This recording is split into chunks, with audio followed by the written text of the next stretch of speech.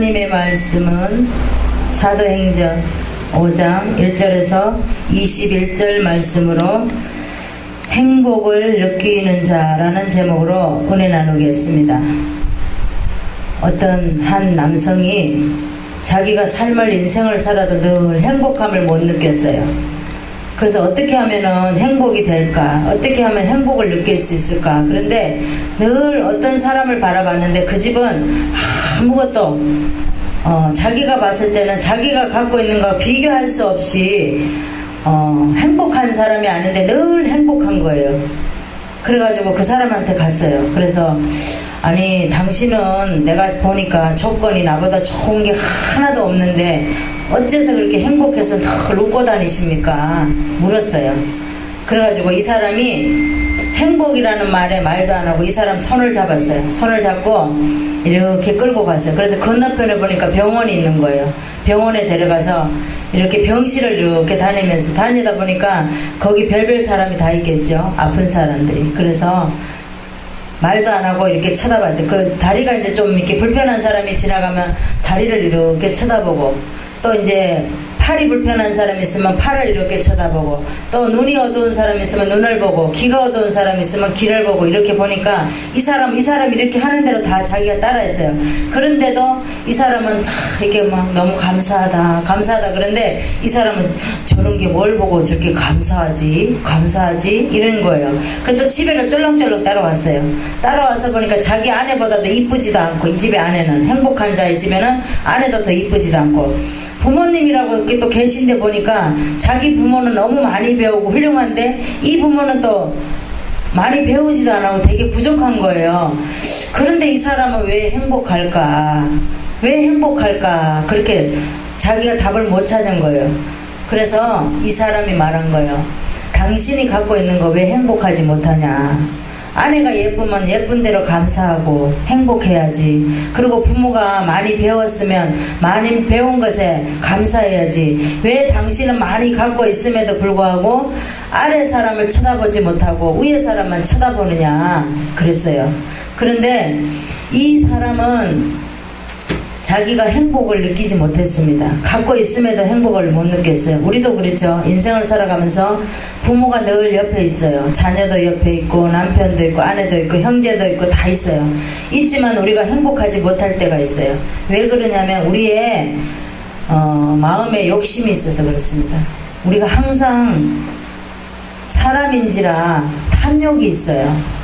그래서 내가 갖고 있는 거는 만족하지 못해요. 내가 옷을 좋은 거 입고 있는데도 누가가 나보다 더 좋은 게 입고 있으면 거기 막 부러운 거예요. 아유, 나도 저 옷 입고 싶다 그러는 거예요. 근데 그 사람이 갖고 있는 거 다른 사람도 나를 부러워하는 대상이 있다라는 거, 그거를 우리는 항상 깨달아야 됩니다. 우리가 아파트를 사면 맨 처음에는 10평 아파트를 살지만 10평짜리 아파트 살 때도 아이들하고 옹기종기 살 때 너무 행복했어요. 그런데 하나님이 또 20평짜리 아파트를 줘요. 그럼 20평짜리 주면 또 다 감사해서 살아요. 또 30평을 줬어요. 30평을 주면 또 거기 또 감사하지 못하고 처음에는 행복했지만 살다 보면 감사하지 못하다는 거예요. 우리가 인생살이가 그렇습니다.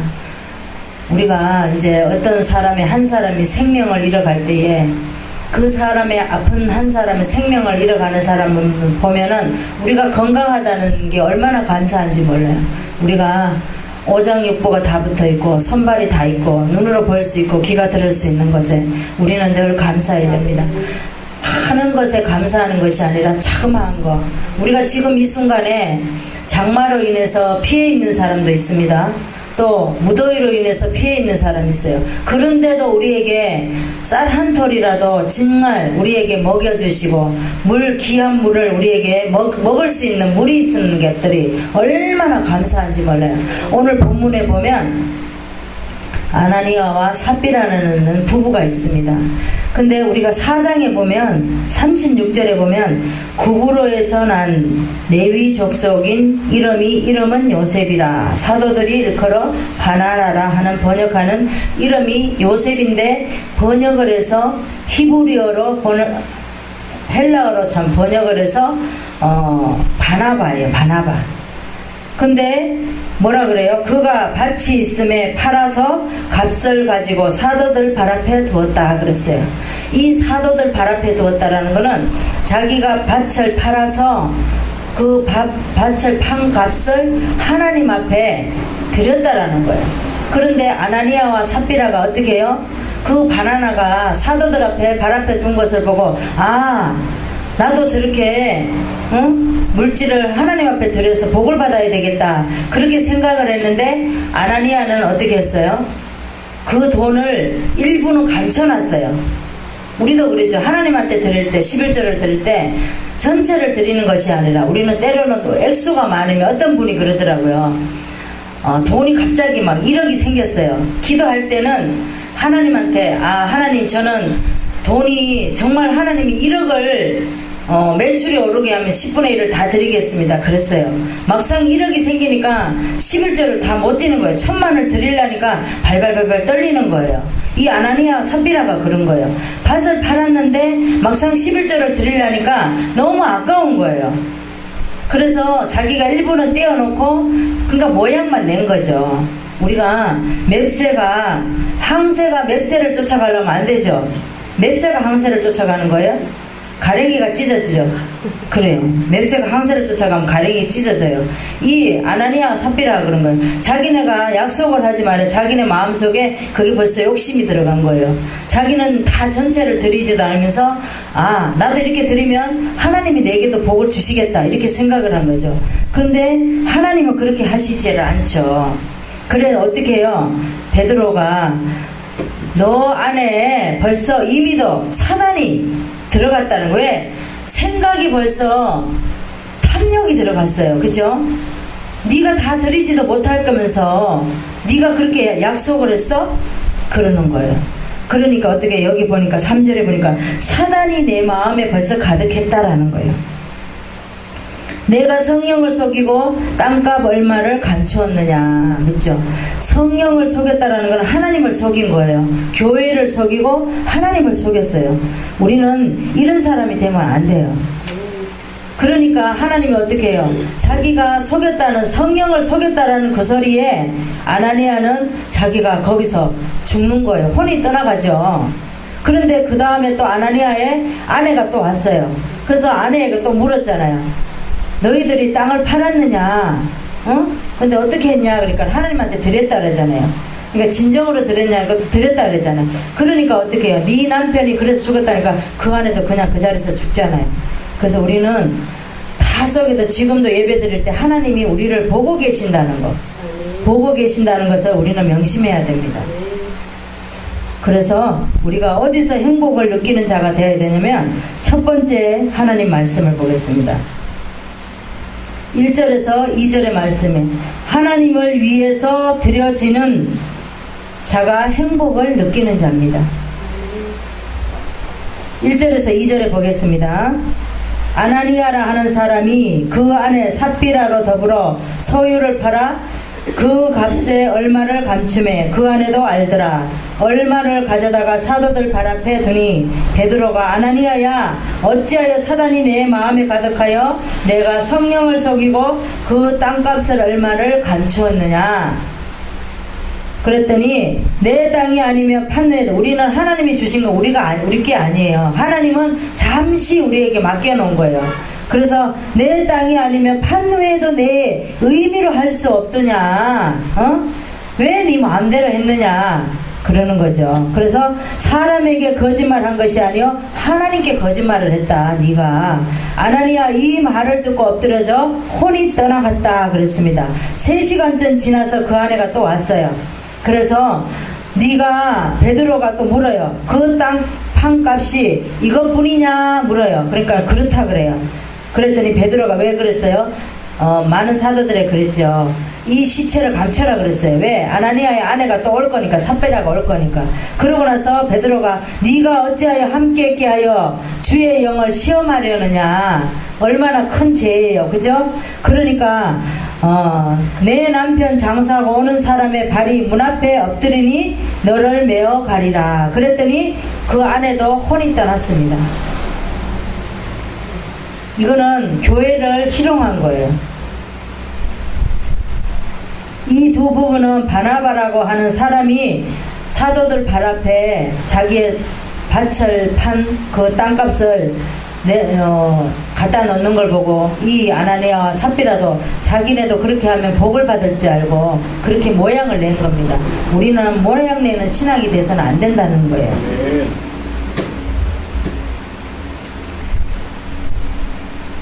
우리도 마찬가지로 들어진다는 것은 우리의 행복을 나누는 거예요. 그래서 우리가 많이 하나님한테 드릴 때 우리가 복 받는 거예요. 우리가 받는 것이 아니라 우리가 받는 것으로 인해서 우리가 드려지고 우리 자손들은 우리가 드려진 걸 받아 먹는 겁니다. 그래서 우리 후손들은 어디서 받아 먹어요? 부모가 심은 대로 거둔다 그랬잖아요. 그렇습니다. 우리도 농사를 지을 때 씨앗이 분명히 있어요. 씨앗을 분명히 남겨놓죠. 내년에 농사 지을 거 남겨놓습니다. 그 씨앗을 그 다음 해에 뿌릴 때에 그 씨로 인해서 또 걷어서 그죠? 우리 자손들이 먹고 후손들이 먹고 그런다라는 겁니다. 그래서 우리가 11조 우리가 주님 앞에 드리는 물질은 우리가 드리지만 내가 먹는 나도 먹고 우리 후손도 먹고 우리의 모든 섞여 있는 사람들이 하나님 앞에 드려진다라는 겁니다. 우리가 성경을 보겠습니다. 로마서 12장 1절을 보겠습니다. 신약의 255쪽을 보겠습니다.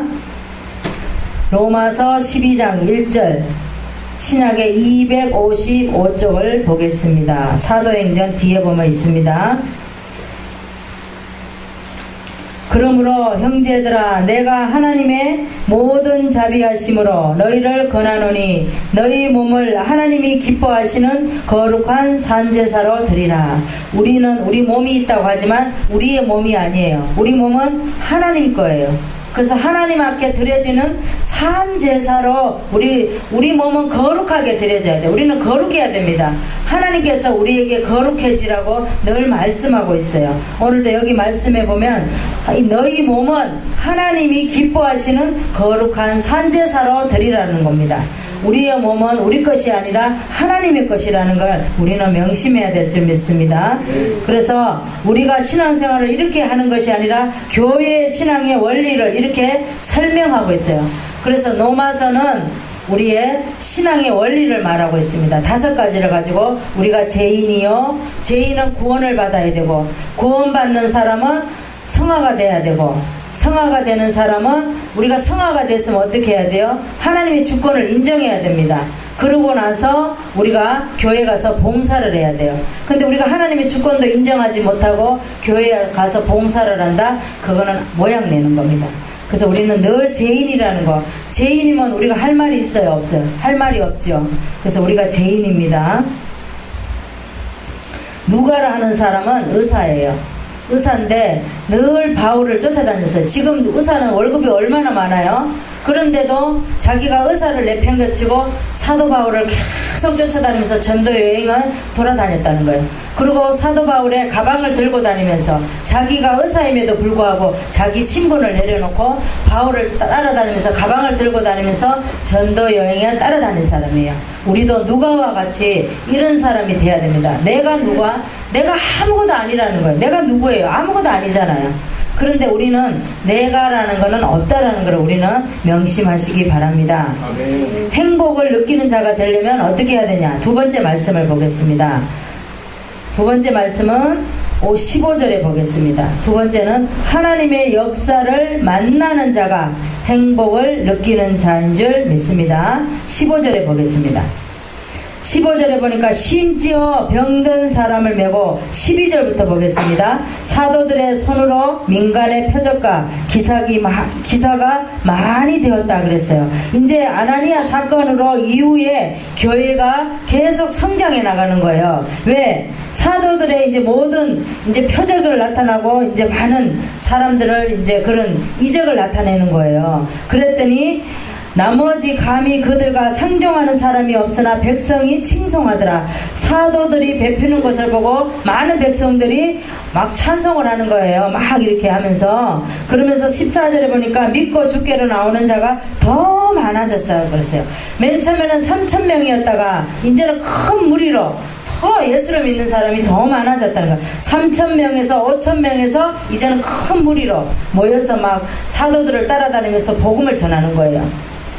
15절에 보니까 심지어 병든 사람을 메고 거리에 나가 침대와 요 위에 뉘우고 베드로가 지날 때에 혹 그림자라도 네게 덮일까.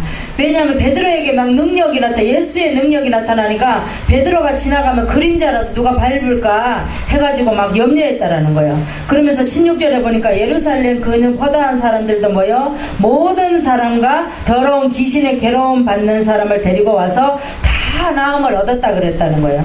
그래서 우리가 이제 어떤 예수님의 표적과 이적이 나타날 때에 우리는 지금도 예수의 이름으로 안 되는 것이 없습니다. 우리가 누가 꼭 주의 종만이 기도를 하는 것이 아니라 누가가 아픈 사람이라든가 누가 힘들어하는 사람이 있으면 우리가 꼭 끌어안고 예수의 이름으로 기도를 해주세요. 그러면 그 사람이 평온을 얻고 마음이 편해지고 그렇다라는 거예요. 그게 예수의 흔적을 나타내는 겁니다. 성경을 보겠습니다. 창세기 28장 15절을 보겠습니다. 구약의 40쪽을 보겠습니다. 창세기 28장 15절 구약의 40쪽을 보겠습니다. 내가 너와 함께 있어 내가 어디로 가든지 너를 지키며 너를 이끌어 이 땅으로 돌아오게 할지라 내가 내게 허락한 것을 다 이루기까지 너를 떠나지 아니하리라 그랬습니다. 뭐라 그랬어요? 하나님께서 내가 너와 함께 있어. 하나님이 이 시간도 우리와 함께 있다라는 거예요. 그리고 내가 어디로 가든지 우리가 어디를 가든지 너를 지키며 우리를 지키신다 그랬어요. 그리고 너를 이끌어 이 땅은 어디예요? 가나안 땅으로 돌아오게 할지라는 거예요. 우리를 가나안 땅에 누리는 땅으로 오게 하신다라는 거예요. 그러면서 내가 내게 허락한 것을 다 이루기까지 너를 떠나지 아니하리라 그랬습니다. 우리가 가나안 땅에 가서 누림으로 인해서 누릴 때까지 하나님은 우리를 떠나지 않으신다 그랬어요. 우리는 항상 우리가 두려워할 필요 없습니다. 어떤 일을 당했을 때 하나님이 항상 우리를 지키시고 우리를 보호하시고 도와주시고 항상 그렇게 함께 하신다라는 거예요. 그래서 야곱은 하란으로 올라갈 때 야곱에게 베델에서 하나님이 이렇게 말씀하셨다라고 고백을 하죠. 그죠? 그래서 야곱은 53년을 훈련을 받았어요. 그러고 나서 나중에 이방의 애굽에 가서 세상 나라에 가서 세상의 왕, 그 큰 왕을 축복을 해주셨어요. 그리고 12아들을 축복을 해주고 12 또 이제 지파를 축복을 해주고 그리고 이제 죽었습니다. 우리도 마찬가지예요. 하나님의 역사를 만나는 것이 행복을 느끼는 자입니다. 우리는 늘 하나님의 역사가 나타나고 있어요. 그런데 우리가 눈으로 보지 못하고 우리가 시인을 안 하는 것 뿐입니다. 나인성 가부라고 하는 가부가 있습니다. 그런데 자기 아들이 죽었어요. 그래서 죽었는데 뭐라 그랬냐면 아들이 죽어버렸어요. 그러니까 예수님을 만났어요. 예수님을 만났으니까 얼마나 좋았겠어요. 그래서 예수님이 지나가다가 나인성 그 아들이 죽은 것을 살려주었어요. 우리도 마찬가지예요. 지금도 예수 그리스도께서 지금도 능력이 나타나고 많은 역사가 나타난다는 거죠. 얼마나 감사한지 몰라요. 저도 우리 시동생이 돌아가셨는데 제가 종으로 세워주시고 그랬는데 병원에 가자마자 안 될 줄 알았어요. 근데 가는데 막 머리가 아프고 막 그러더라고요. 그래서 머리가 왜 아프나 그래서 가면서 차에 가면서 계속 기도하면서 갔어요. 그런데 그 어린아이들이 있었어요. 하나님이 그 어린아이들을 기도를 해주라는 거예요. 그래서 막 아이들을 안고 막 기도를 해줬어요. 병원에 가서 기도를 해줬는데 우리 이제 어머님이 안 받아들일 줄 알았어요. 예수를 안 믿으니까. 그런데 내가 끌어안고 기도하니까 기도를 받으시더라고요. 기도를 받으시고 그 병원에 간 가족들이 다 손을 잡고 우리가 막 다 기도했어요. 그래갖고 막 눈물바다가 돼가지고 기도해가지고 얼마나 막 귀한 역사가 나타난지 몰라요.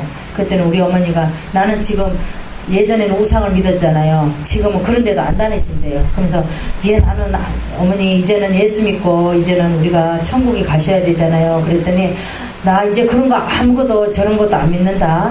나 이제 그런 절 같은 데도 안 가고 아무것도 안 한다고 그러시더라고요. 얼마나 감사했는지 몰라요. 그래서 우리 한 사람이 감으로 인해서 많은 사람들의 이제 그런 마음에 남는 가족이 하나가 되고 그랬던 역사가 일어나는 것 같아요. 그래서 제가 너무 감사하고 그랬답니다. 우리가 세 번째 말씀을 보겠습니다. 17절에서 19절 말씀을 보겠습니다. 세 번째 말씀, 어떻게 해야지? 어디서 행복을 느끼는 자인가? 세 번째 말씀은 하나님의 능력으로 이기는 자가 행복을 느끼는 자입니다. 17절에서 19절 말씀을 보겠습니다. 대제사장과 그와 함께 있는 사람, 즉 사두개인과 당파가 다 마음에 시기가 가득하여 일어나서 사도들을 잡아다가 옥에 가두었더니 주의 사자가 밤에 옥문을 열고 끌어내어 가로되 가서 성전에 서서 내 이 생명의 말씀을 다 백성에게 말하라 하매 저희가 듣고 새벽에 성전에 들어가서 가르치더니 대제사장과 그와 함께 있는 사람들이 와서 공회와 이스라엘 족속의 원로들을 다 모으고 사람을 옥에 보내어 사도들을 잡아오라 하니 그랬습니다. 그렇죠. 우리는 사도들이 예수의 이름으로 했더니 모든 역사가 나타났어요.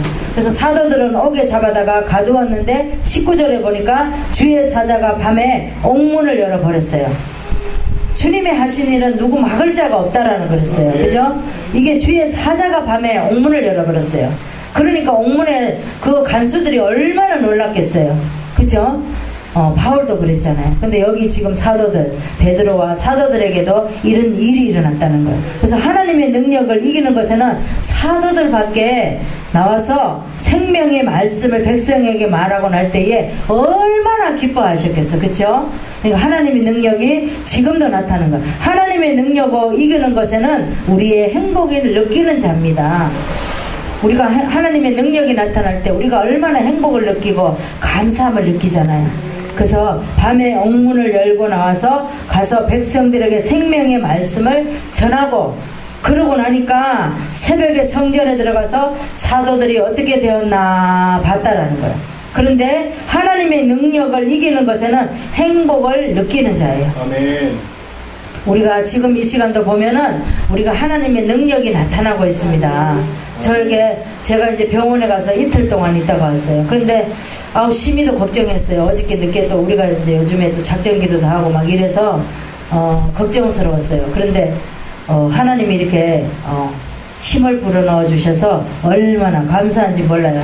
그래도 우리도 살면서 하나님을 만나는 것이 이것은 참으로 중요하다는 거죠. 어디를 가든지 늘 하나님의 능력과 또 우리 하나님의 행한 일을 모두 나타내서 많은 사람들에게 전달되는 자가 되어야 될 줄 믿습니다. 성경을 보겠습니다. 신명기 32장 39절을 보겠습니다. 구약의 315쪽을 보겠습니다. 신명기 32장 39절을 보겠습니다.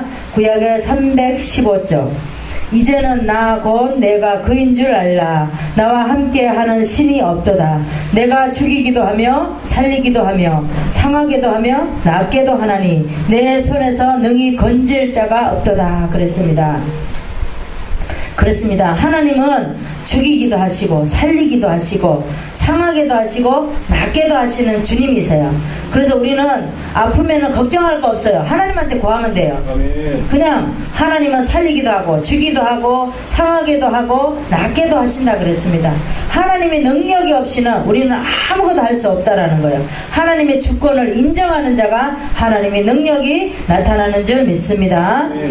우리도 이런 하나님의 능력을 이기는 것에서 우리는 행복을 느끼는 사람이 되어야 될 줄 믿습니다. 바울과 실라와 이 두 사람은 빌립보 교회에 가서 귀신 들린 여정을 고치는 일이 있었어요. 그런데 감옥 속에 들어갔는데 창고 속에 채워놓았어요. 왜냐하면 귀신 들린 자를 이제 고쳐줬다 그래서. 그런데 창고 속에 들어갔는데 주의 사자가 옥문을 열고 이들을 구해냈어요. 그러니까 간수가 깜짝 놀란 거예요. 보니까 없는 거예요. 감옥에 가둬놓은 바울과 실라가 없는 거예요. 얼마나 놀랬겠어요. 그러면은 이 두 사람이 감옥에 갇혀놓은 사람이 없으면 간수는 어떻게 해야 돼요? 그냥 죽어야 되는 거예요. 그래갖고 자기가 자살하려고 그랬어요. 그러니까 바울이 뭐라 그랬어요? 야, 자살하지 마. 우리가 여기 있다. 여기 있으니까 너 그렇게 하지 말라. 그러니까 이 간수가 깜짝 놀란 거예요. 어떻게 해야지 우리가 구원을 얻을 수 있습니까? 그래가지고 왜 하나님은 바울과 실라를 왜 감옥에 가둬놨겠어요? 그 간수들 그 많은 간수들 가족들을 구원시키기 위해서 감옥에 넣었어요. 우리도 그렇습니다. 우리가 이제 어저께 이제 병원에서 이제 다 모여서 기도하고 막 그랬던 이제 막 하나님의 막 그런 역사가 나타났어요. 그런데 그게 우리가 이제 구원할 시기가 된 거예요, 가족들이. 그래서 얼마나 감사했는지 몰라요. 그래서 이 여종의 한 사람으로 인해서 많은 사람들이 구원을 받을 수 있는 것들은 너무 하나님 앞에 감사한 일입니다. 우리도 하나님의 능력으로 이기는 것에 만날 때의 행복을 느끼는 저와 여러분 되시기 바랍니다. 오늘 말씀을 정리하겠습니다. 하나님을 위해서 드려지는 것에서 우리는 행복을 느껴야 되고, 또 하나님의 역사를 만나는 것에서 우리는 행복을 느껴야 됩니다. 하나님의 능력으로 이기는 것에서 하나님의 또 행복을 느끼는 저와 여러분 되시기를 바랍니다.